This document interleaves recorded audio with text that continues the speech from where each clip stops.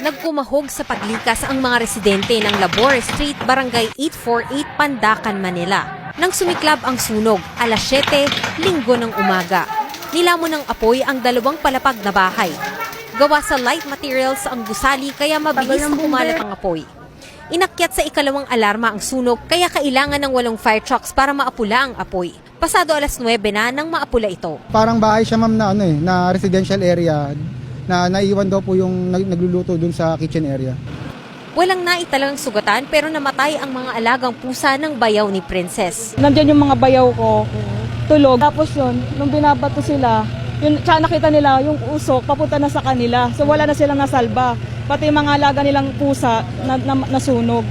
Mga 13 yun. Pasado alas 11 ng tanghali naman nang sumiklab ang sunog sa isang residential area sa A. Luna Street, Barangay Marilag, Quezon City. Walang naitalang nasaktan sa sunog ayon sa BFP. Sumiklab din ang sunog sa Barangay Longo sa Malabon, Sabado ng umaga. Batay sa datos ng BFP, higit 500 sunog ang naitala mula Enero hanggang Pebrero sa Metro Manila. Noong nakaraang taon, sa NCR naitala ang pinakamaraming sunog sa bansa. Ayon sa BFP, marami ang namamatay sa sunog dahil natatrap sa bahay na may grills. Paglalagay po natin ng openable window ang ating grills. Ang bintana po na sa salamin ay considered po namin na fire exit yan. Maganda po ang salamin kasi isang basag lang po yan, makakadap sa sila.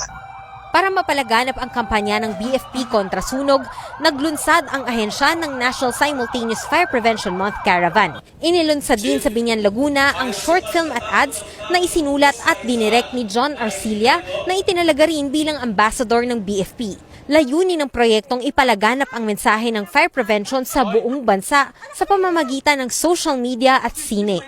Pero apela ng BFP, kailangan nila ng tulong ng mga tao para mapababa ang insidente ng sunog. Hindi lang po ito responsibility ng bumbero, ito po may responsibility po ng bawat isa sa atin. Discipline po talaga ma'am, tapos awareness.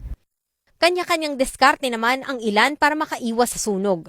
Si Natividad, hindi kinakaligtaang tanggalin ang mga nakasaksak sa power outlet. Sandali lang naman hindi naman lagi. Mga kalating araw, ganyan. Tapos, pag minsan, pinapatay ko naman.